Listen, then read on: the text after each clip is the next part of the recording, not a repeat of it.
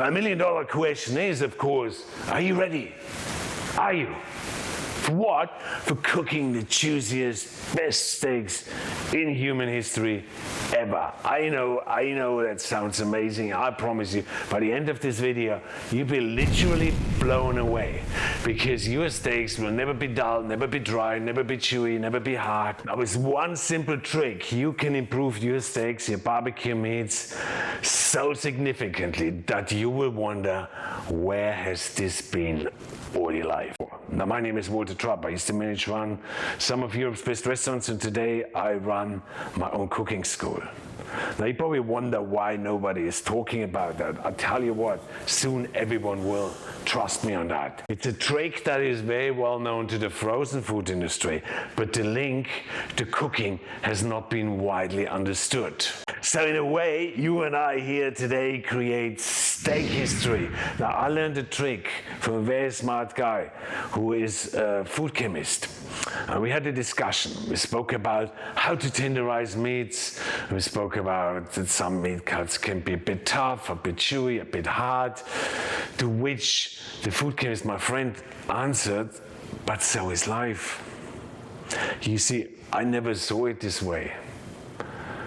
So while I was thinking about what he just said, for the simple reason that I do occasionally suffer a bit from tough and chewy life syndrome, he just went on. He just said maybe tough meats would be more tender if you entrap all the juices and through that hinder the proteins from connecting and contracting, like you do in meatballs, like you do in custard. So he said, have you ever heard of trehalose? I said, no. And he said, well, with this trick, you can make really tough cuts of meat much more tender. I tell you, I tried it. It's amazing. It's so good. So I'm gonna show you that trick, but need to tell you one thing. It will make your tough steaks even more tender, but it's not gonna better your life beyond your steak experience. That's the unfortunate thing. There's another thing you can do about that. But have you ever heard of trehalose? No? Okay. Trehalose is a form of glucose sugar, okay? It is found in plants and it protects them from abiotic stress, from heat, from drought, from salinity, and from UV rays. In mushroom, it prevents them from freezing. And I further researched and I learned that it is a natural sweetener. And it's much healthier than sugar, and in small amounts, apparently, it's actually beneficial to your body. So basically, it ticks all the boxes for me, isn't it? And here is how it works. There are two types of glucose in trehalose, and they are interwoven, they're interconnected. Through that bond, they lock moisture in their cells, if that makes sense. In plants, it protects them from the hot sun. Normal sugar, which consists only of glucose and fructose, on the other hand, acts completely different. It breaks the cells open and it draws out the moisture, like you see it when you cure fruits or when you cure meats or fish, like, for example, the famous gravetlax. By the way, check out my video on gravetlax so you can see exactly what I'm talking here about. So trehalose works exactly the opposite. It binds fluids within. So in proteins like meats, trehalose will entrap the moisture and make it hard for it to evaporate during cooking. I know what you have in your mind already. You are thinking that you could do that with any meat. Yes, you can, as long as the meat that you cook is pink, like a steak, like a lamb chop, like a pork chop.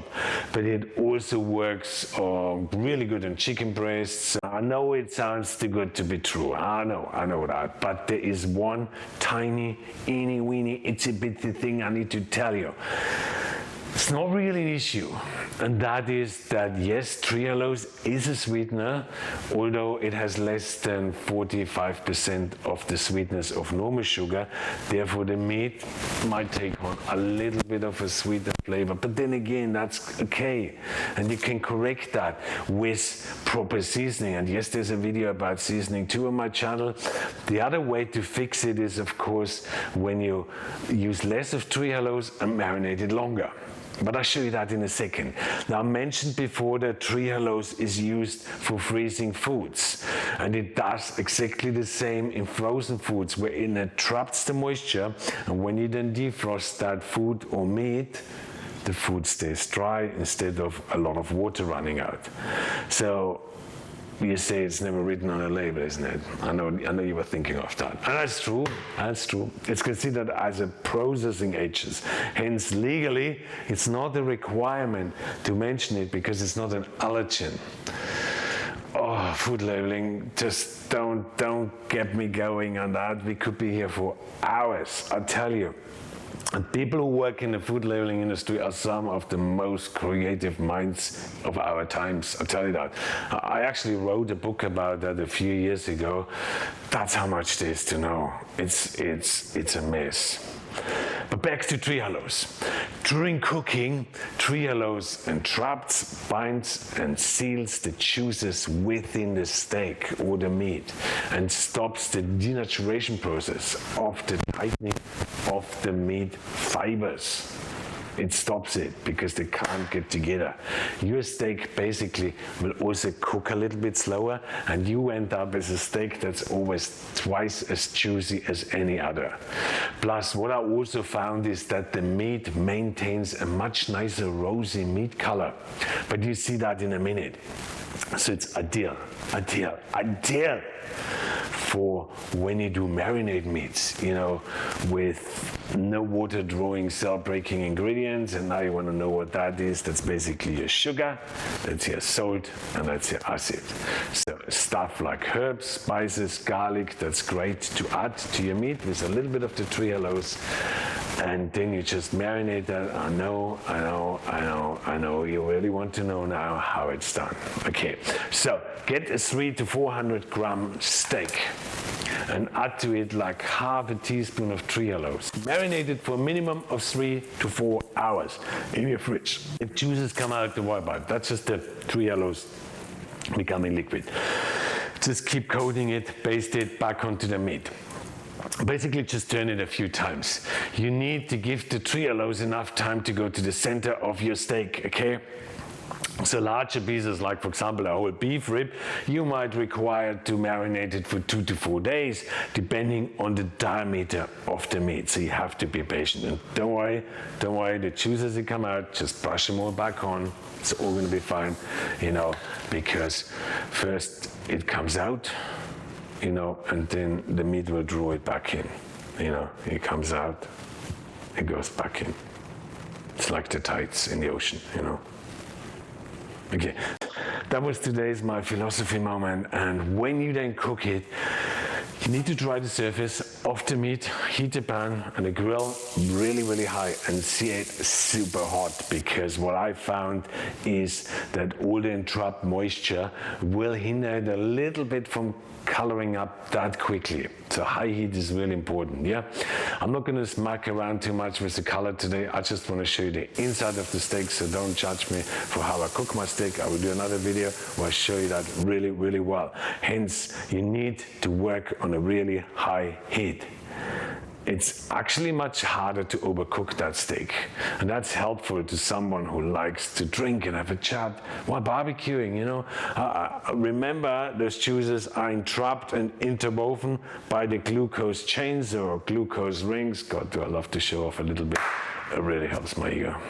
So where can you get that stuff? Health food shops sell it.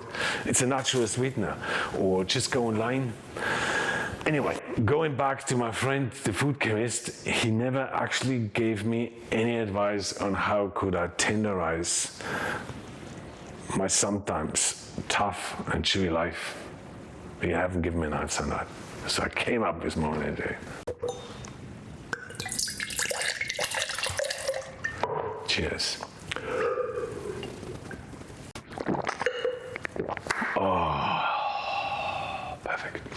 So, thank you so much for watching. Check out my video on seasoning. So how can you balance out that extra little bit of sweetness in your dish? And thank you so much for watching. I look forward to seeing you another time.